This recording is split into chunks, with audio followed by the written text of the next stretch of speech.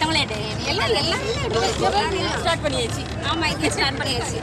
இல்லை டோரை க்ளோஸ் பண்ணீங்க, ஏசி டோரை க்ளோஸ் பண்ணியாச்சு.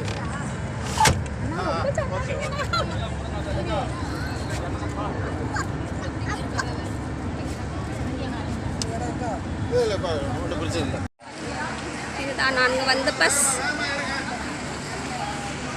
இது நம்பர் ஏபி சி. என்ன நீ வந்து டிரைவர்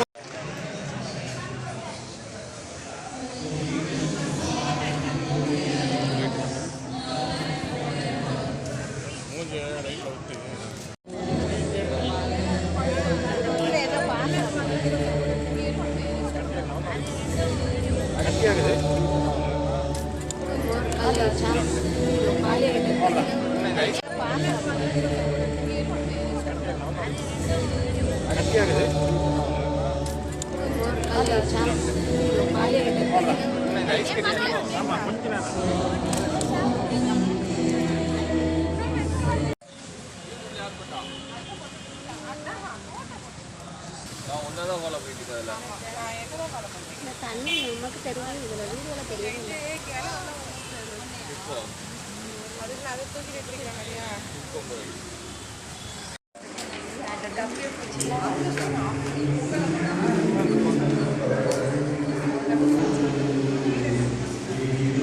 கீழே விழுகிறார்.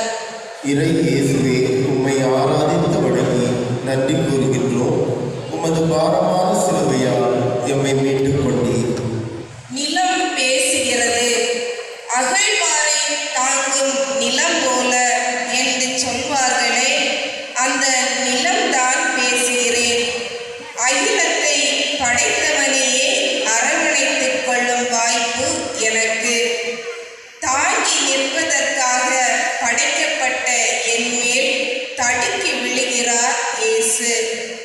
அது அவரை முகம் குப்புற வீழ்த்தாத தோள்களை அழுத்தி கீழே தள்ளிய சிலுவையின் பாரமா, இல்லை பரிதவிக்க விட்டு பறந்து போன சீடர்களின் தோப்பமா?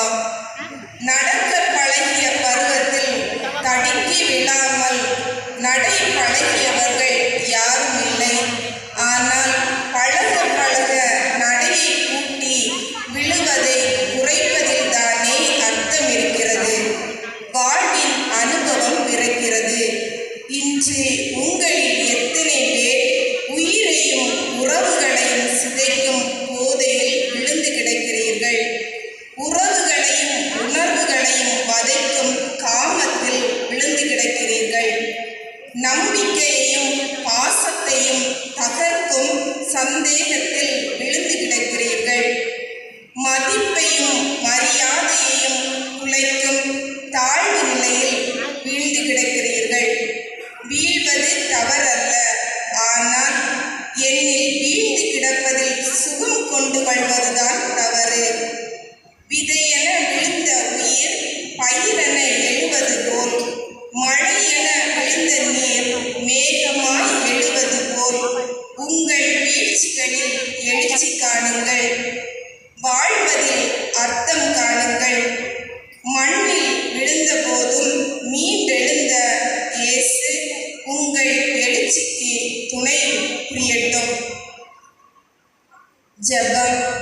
வீழ்ந்த போதும் மீண்டெழுந்த இறைவா, எங்கள் அன்றாட வாழ்க்கையில் நாங்கள் எங்கள் வார்த்தைகளாலும் செயல்களாலும் வழுக்கி விடுவதை எண்ணி வருந்துகிறோம்.